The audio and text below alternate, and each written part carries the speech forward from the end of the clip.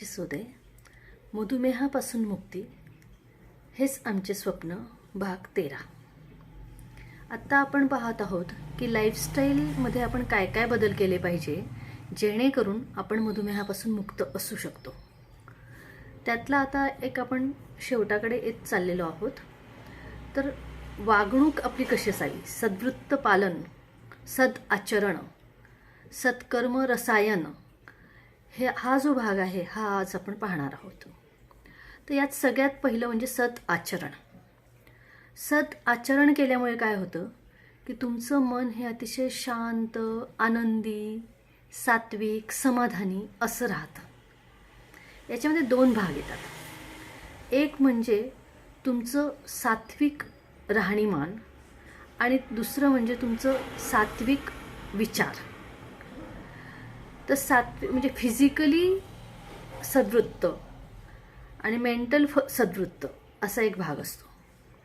तर फिजिकल सद्वृत्त हे कशामुळे होतं, तर तुम्ही जो रोज आहार घेता तो तुमचा अतिशय सात्विक असा असला पाहिजे.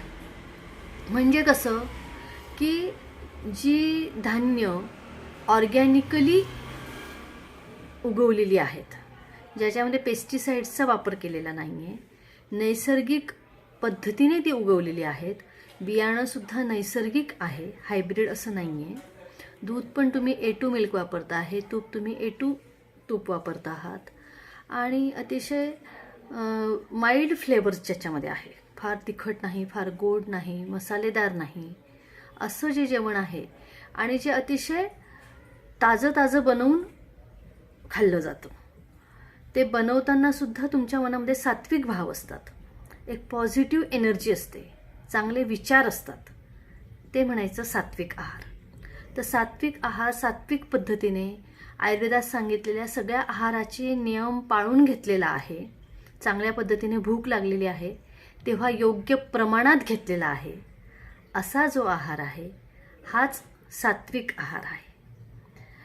त्यानंतर दुसरा भाग येतो तो म्हणजे तुमचं सत आचरण.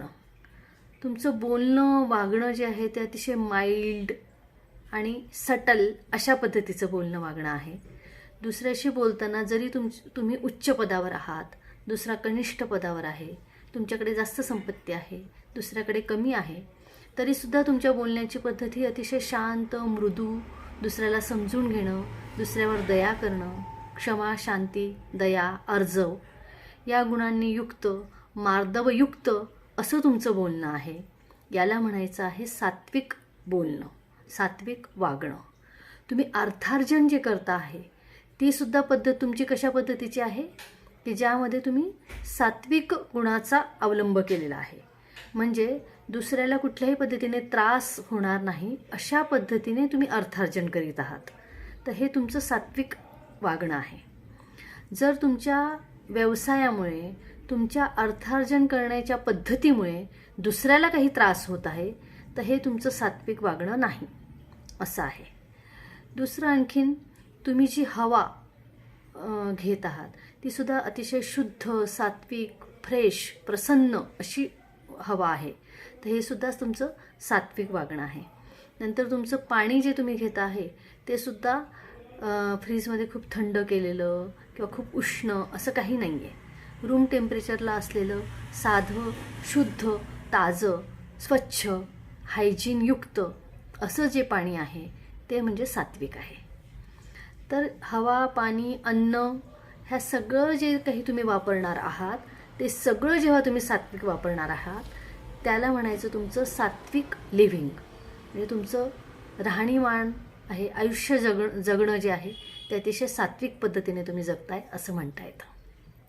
आणि प्युरिटी ऑफ लाईफस्टाईल म्हणजे काय असतं की तुमचं ऑक्युपेशन, व्यवसाय जो आहे तो तुमचा अतिशय तुम्ही सात्विक पद्धतीने करता आहे आणि तुम्ही ज्या वातावरणात राहता आहात ते वातावरणसुद्धा अतिशय प्लीझंट, आनंदी, एकमेकांवर राग, द्वेष, मत्सर असं काही नाही, आनंदी, खेळकर अशा चांगल्या वातावरणामध्ये तुम्ही काम करत आहात. तर ही तुमची प्युरिटी ऑफ लाईफस्टाईल आहे. तर ते सुद्धा तुम्ही आचरणात आणलं पाहिजे.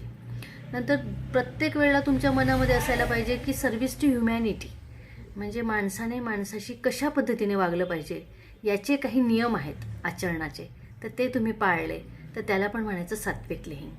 नंतर योग, मेडिटेशन, प्राणायाम, योग्य पद्धतीचा व्यायाम हा सुद्धा तुमचा लाईफस्टाईलची जी सात्विकता आहे यामध्ये येतो. आणि ही प्युरिटी ऑफ लाईफस्टाईल जी असते ती तुमची फिजिकल आणि मेंटल हेल्थवर पण अवलंबून असते. जर तुम्ही शारीरिकदृष्ट्या, मानसदृष्ट्या आरोग्यपूर्ण असाल तरच तुम्ही चांगलं सात्विक जीवन जगू शकता. त्यामुळे नक्कीच तुम्ही ह्या सगळ्या गोष्टींचा अवलंब करा, म्हणजे सात्विक लिव्हिंग जे आहे हे तुमच्या आचरणात येईल.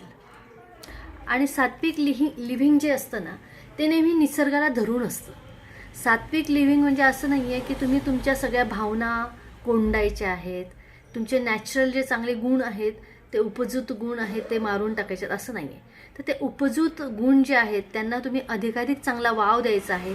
तुमच्यामध्ये कुठले चांगले गुण आहेत ते आणखीन पुढे मोकळ्या पद्धतीने वर आणायचे आहेत, त्याला म्हणायचं सात्विक लिव्हिंग. याच्यानंतर आपण पाहणार आहोत सद्वृत्त पालन. म्हणजे काय? सत म्हणजे चांगलं, खरं, योग्य. वृत्त म्हणजे आचरण. तर चांगलं आचरण जे आहे त्याचं खूप महत्त्व आयुर्वेदामध्ये सांगितलेलं आहे. तर सद्वृत्तमध्ये काय असतं की पर्सनल आणि सोशल सद्वृत्त, म्हणजे तुम्ही स्वतः कसे वागत आहात आणि समाजासाठी तुम्ही कसे वागत आहात, या दोन्ही गोष्टी या सद्वृत्त पालनामध्ये येतात. तर याच्यामध्ये सद्वृत्त पालनाचं महत्त्व जे आहे ते खूप मोठं आहे. म्हणजे तुम्हाला असं आपण म्हणतो की आयुर्वेदाचा जो ॲप्रोच आहे तो कसा आहे, होलिस्टिक ॲप्रोच आहे, किंवा जे विश्वात आहे तेच मानवात आहे आणि जे मानवात आहे तेच विश्वात आहे, असं आयुर्वेदाचं म्हणणं आहे.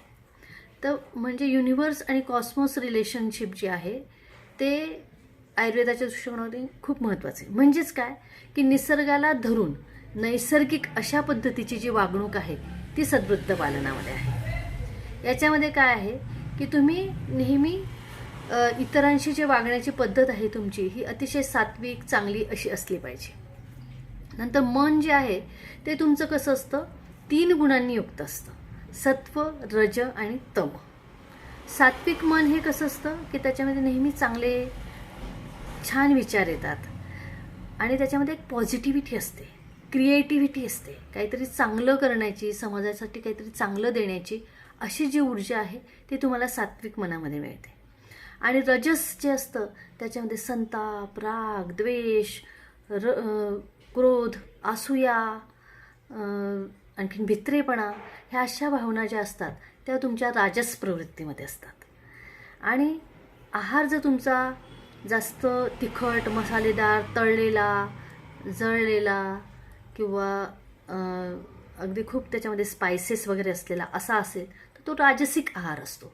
त्याच्याने मनामध्ये चंचलता, राजसता निर्माण होते, म्हणजे वातवर्धन करणारा अशा पद्धतीचा हा आहार असतो. आणि त्याच्याने मनामध्ये सुद्धा तसेच भाव निर्माण होतात, म्हणजे मन पण चंचल होतं, एका ठिकाणी स्थिर राहू शकत नाही. आणि तिसरा आहार असतो तो तामस आहार असतो. म्हणजे काय की अतिशय जास्त गोड, जड पदार्थ, पचायला जड, जास्त क्वांटिटीमध्ये घेणं, हे जे आहे हे तामस आहार आहे. याच्याने खूप झोप येते, तंद्रा, निद्रा, आळशीपणा, काही करू नये असं वाटतं. तर असा जो आहार आहे हा तामस आहार आहे. आणि तामस आहारामुळे काय होतं, एक जडपणा, लिथार्जी येते शरीराला. आणि तुम्हाला माहितीच आहे मधुमेह हा कफ आणि मेदाचा आजार आहे. म्हणजे हा तामस आहाराने कफ आणि मेद वाढल्यामुळे साहजिकच तुमचं शुगरसुद्धा वाढणार आहे. त्यामुळे सात्विक वृत्ती ठेवणं हे महत्त्वाचं आहे. तामसमध्ये कफ प्राधान्य आहे, राजसमध्ये वात आणि पित्ताचं प्राधान्य आहे, आणि सात्विकमध्ये सत्व, रज, तम, वात, पित्त, कफ या तिघांचं अतिशय साम्य आहे. म्हणजे तो माणूस मनाने अतिशय स्टेबल, शांत, संयमी अशा स्वरूपाचा असतो. तर सद्वृत्त पालन करताना आपल्याला हेच पाळायचं आहे.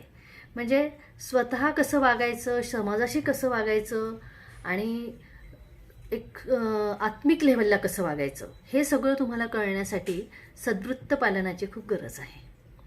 पहिला भाग आहे तो मानस सद्वृत्त. म्हणजे मन तुमचं अतिशय शांत, ट्रँक्विलाइज, काम, क्वाईट आणि एक डिसिजन पॉवरसुद्धा ह्या मनामध्ये चांगली असते. तर असं जे मन आहे शांत संयमी, हे पालन करणं म्हणजे सद्वृत्त पालन आहे. तर याच्यामध्ये तुमच्या ज्या सगळ्या ॲक्शन्स आहेत त्या डिस्क्रिमिनेट होतात. म्हणजे काय की तुम्ही चांगलं गोष्ट ही अक्षरशः डिफाईन पद्धतीने चांगल्या पद्धतीने वागता. म्हणजे तुमचं मन हे अतिशय बॅलेन्स्ड आणि सद्वृत्त असल्यामुळे शांत काम क्वायटली तुम्ही निर्णय घेता आणि त्याप्रमाणेच तुमचं बोलणं आणि कृती यामध्ये सुद्धा तुमचं साधर्म्य असतं. कृती वेगळी आहे आणि बोलणं वेगळे अशा पद्धतीचं नसतं. तर अशा पद्धतीचं मानस सद्वृत्ताचं पालन करणं खूप महत्त्वाचं आहे. याच्यामध्ये काय आहे की तुमच्या ज्या टोकाच्या भावना आहेत, राग, द्वेष, मत्सर, असूया, या तुम्ही कंट्रोल करता. आणि जरी तुम्हाला त्यावेळी राग आला तरी तुम्ही त्याचं लगेच प्रकटीकरण करत नाही. त्याच्याऐवजी तुम्ही काय करता प्रयत्न की तो राग हा एक त्यावेळेला तुम्ही प्राणायाम करा किंवा मोठमोठ्याने दीर्घ श्वास घ्या की जेणेकरून तुमचं लक्ष दुसरीकडे विचलित होऊन तर राग आणि द्वेषापासून, रागापासून, भयापासून तुम्ही मुक्त व्हाल. तर अशी एक अँगर मॅनेजमेंट ज्याला म्हणतो ते सुद्धा फार महत्त्वाचं आहे तुम्हाला मधुमेहावर नियंत्रण मिळवायचं असेल तर. दुसरा भाग जो आहे तो आहे की कुठल्याही पद्धतीचा इंद्रियांचा अति वापर किंवा चुकीचा वापर आणि न वापर करणं, अयोग, मिथ्यायोग आणि अतियोग, हे सगळे इंद्रियांचे टाळायला सांगतात. इंद्रिय म्हणजे कुठली? आपली ज्ञानेंद्रिय आणि कर्मेंद्रिय. आणि 5 ज्ञानेंद्रिय, 5 कर्मेंद्रिय आणि 11वं आहे ते मन, हे इंद्रियच आहे. तर मन जे आहे त्याचं सगळ्या इंद्रियांवर नियंत्रण असतं. जर तुम्ही इंद्रियांचा अयोग केला म्हणजे त्यांचा कुठल्याही पदार्थाशी संयोग झाला नाही, म्हणजे दृष्टीने तुम्ही काहीच पाहत नाही आहात, कानाने तुम्ही काहीच ऐकत नाही आहात, तर हा झाला अयोग. तर तो सुद्धा तुम्हाला अतिशय वाईट आहे, कारण की तुम्हाला त्यात चांगलं वाईट काहीच नाही घडत आणि अयोग झाल्यामुळे वेगळेच विचार तुमच्या मनामध्ये येऊ शकतात. एक तुम्हाला डिप्रेशन येऊ शकतं. अतियोग केला तर तुम्ही खूप जवळनं टी व्ही बघणं, खूप लांबनं बघणं किंवा पुस्तक पण खूप जवळनं वाचणं किंवा खूप तासनतास वाचणं, हे सगळं अतियोग आहे. आणि मिथ्यायोग म्हणजे चुकीचं, जे नको पाहायला ते पाहणं, जे नको ऐकायला ते ऐकणं. तर हे सगळी जी कारणं आहेत यामुळे काय होतं, इंद्रियांचा अयोग, मिथ्यायोग आणि अतियोग हा व्याधी निर्मितीला कारणीभूत असतो. तर आजार व्हायला नको असतील तर त्यासाठी तुम्हाला हे टाळलं पाहिजे. नंतर महत्त्वाचा भाग आपण सांगितला की स्वतःला किंवा दुसऱ्याला इजा नाही करायची आहे कुठल्याच पद्धतीने. मानस हिंसा पण नाही करायची आहे, मनाने सुद्धा दुसऱ्याचं वाईट चिंतायचं नाही आहे. तर हे आहे मानस सद्वृत्त. आणि इमोशनली किंवा कुठल्याही दृष्टिकोनातनं तुम्ही कुणालाही दुखवायचं नाही आहे आणि स्वतःलाही दुखवायचं नाही आहे. हे झालं मानस सद्वृत्त. त्याच्यानंतरचा दुसरा भाग आहे तो सामाजिक सद्वृत्त, म्हणजे समाजामध्ये कसं वागायचं आहे. तर समाजामध्ये कसं वागायचं हे सुद्धा सांगण्याची आता वेळ आलेली आहे, पण आपल्या ग्रंथकारांनी फार पूर्वीपासूनच हे सांगून ठेवलेलं आहे. तर समाजात वागताना तुमचं प्रोफेशन, तुमचं समाजात वावरण्याची वृत्ती ही अशी असली पाहिजे की ती दुसऱ्यांना उपयोगी असली पाहिजे. कुठल्याही पद्धतीने तुम्ही दुसऱ्याला अपाय करता कामा नाही. आर्थिक, सामाजिक, शारीरिक कुठल्याही दृष्टिकोनातनं तुमच्यामुळे कुणाला त्रास व्हायला नको आहे. दुसरं म्हणजे समाजामध्ये वावरताना तुम्ही असं वागायचं आहे की सामाजिक भान ठेवलं पाहिजे. तुमच्या बोलण्याची पद्धत, तुमचं आचरण, तुमचं ड्रेसिंग सेन्स, सगळ्याच गोष्टी, तुमची बॉडी लँग्वेज ही समाजासाठी योग्य अशा पद्धतीने असली पाहिजे. समाजामध्ये त्याने चांगला संदेश जाईल अशा पद्धतीने ते असलं पाहिजे. नंतर मोठ्यांचा आदर करायचा आहे. मोठे गुरुजन, माता पिता ह्या सगळ्यांचा आदर करणं. आता ह्या सगळ्या गोष्टींनी काय होतं की त्यांच्यामध्ये असलेल्या चांगल्या गोष्टींकडे आपण चांगल्या सकारात्मकतेने बघतो आणि त्यामुळे जी एक पॉझिटिव्हिटी निर्माण होते, त्यामुळे सुद्धा तुम्हाला हेल्दी राहायला मदत होते. नंतर आहे की तुमचे अतिथी देवो भव. अतिथी जे आहेत त्यांचा तुम्ही नेहमी आदर करायचा आहे, त्यांना योग्य तो रिस्पेक्ट द्यायचा आहे, मोठ्यांचा आदर करायचा आहे. प्राण्यांशी तुम्ही अगदी दया भावनेने वागलं पाहिजे आहे आणि नेहमी इतरांना, तुमच्यापेक्षा जे कमकुवत आहेत त्यांना नेहमी तुम्ही सपोर्ट करायचा आहे. मानसदृष्ट्या, आर्थिकदृष्ट्या, सामाजिकदृष्ट्या, शारीरिकदृष्ट्या तुम्ही त्यांना नेहमी सपोर्टिव्ह भूमिकेमध्ये राहायचं आहे. म्हणजे काय होईल, या सगळ्या चांगल्या वागणुकीने तुम्हाला संध्याकाळी एक झोपताना एक समाधान असणार आहे आणि त्याचाच उपयोग तुम्हाला चांगल्या पद्धतीने तुमची साखर नियंत्रणात आणायला नक्की उपयोग होणार आहे. दुसरं म्हणजे तुम्ही इतरांना चांगलाच मार्ग दाखवला पाहिजे. तुमच्या स्वतःच्या स्वार्थासाठी म्हणून तुम्ही त्यांना चुकीचे मार्ग दाखवायला नको आहेत. हे झालं सामाजिक सद्वृत्त. याच्यानंतरचा सगळ्यात महत्त्वाचा भाग येतो तो म्हणजे आध्यात्मिक सद्वृत्त. तर आध्यात्मिक सद्वृत्त काय असतं की आपण हे नेहमी भान ठेवायचं आहे की मी एक जीवात्मा आहे आणि परमात्म्याशी माझं मिलन होणार आहे.